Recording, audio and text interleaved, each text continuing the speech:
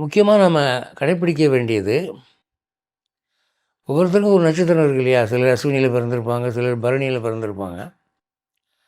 அதில் எல்லாருக்குமே ஜென்ம நட்சத்திரம், இப்போ நீங்கள் பரணியில் பிறந்திருக்கீங்கன்னு வச்சுக்கோங்க, ஒவ்வொரு மாதமும் ஒரு தடவை பரணி நட்சத்திரம் வருதுல்ல, அந்த பரணி நட்சத்திரத்து அன்னைக்கு உங்கள் உடம்பு ரொம்ப வீக்காக இருக்கும். அதனால் ஜென்ம நட்சத்திரத்து அன்னைக்கு ஆயுளும் ஆரோக்கியமும் பாதிப்படைகிறது. அந்த நாளில் நீங்கள் ஆயில் பந்து எடுக்கக்கூடாது, ஹெவியாக சாப்பிடக்கூடாது, உடல் புணர்ச்சியில் ஈடுபடக்கூடாது, உடம்பு அதிகம் கஷ்டப்படுத்தக்கூடாது. நலிந்தவருக்கு வந்த நாளே போல் அப்படின்னு இலக்கியத்தில் வரும். ஏற்கனவே ஒருத்தன் உடம்புக்கு முடியாமல் இருக்கிறான், அவனுக்கு ஜென்ம நட்சத்திரம் வந்தால் இன்னும் பாதிப்பாகும் இல்லையா? அது மாதிரி கஷ்ட காலத்தில் இன்னும் ஒரு கஷ்டம் வந்தால் அதை அப்படி சொல்கிறதுக்கு பழக்கம்.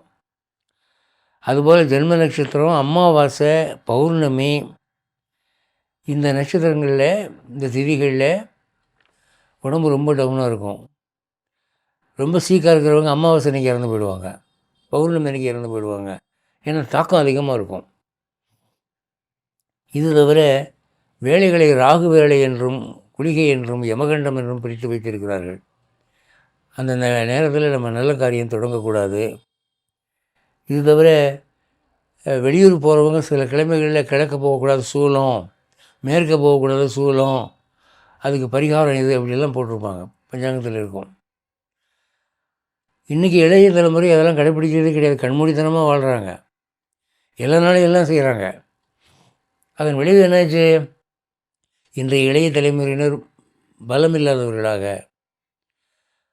தேகக்குறைவு, ஆண்மை குறைவு உள்ளவர்களாக, ஆரோக்கிய குறைவு உள்ளவர்களாக, போகம் அதிகம் அனுபவிக்க முடியாதவர்களாக, அடிக்கடி நோய்க்கு அடிமைப்படுகிறவர்களாக, தேஜஸ் தைரியம் இல்லாதவர்களாக, வாழ்வில் தோல்விகளை அதிகம் சந்திக்கக்கூடியவர்களாக இருக்கிறார்கள். காரணம், எங்களுக்கு பஞ்சாங்கமே வேண்டாம்னு இவங்க சொல்கிறாங்க.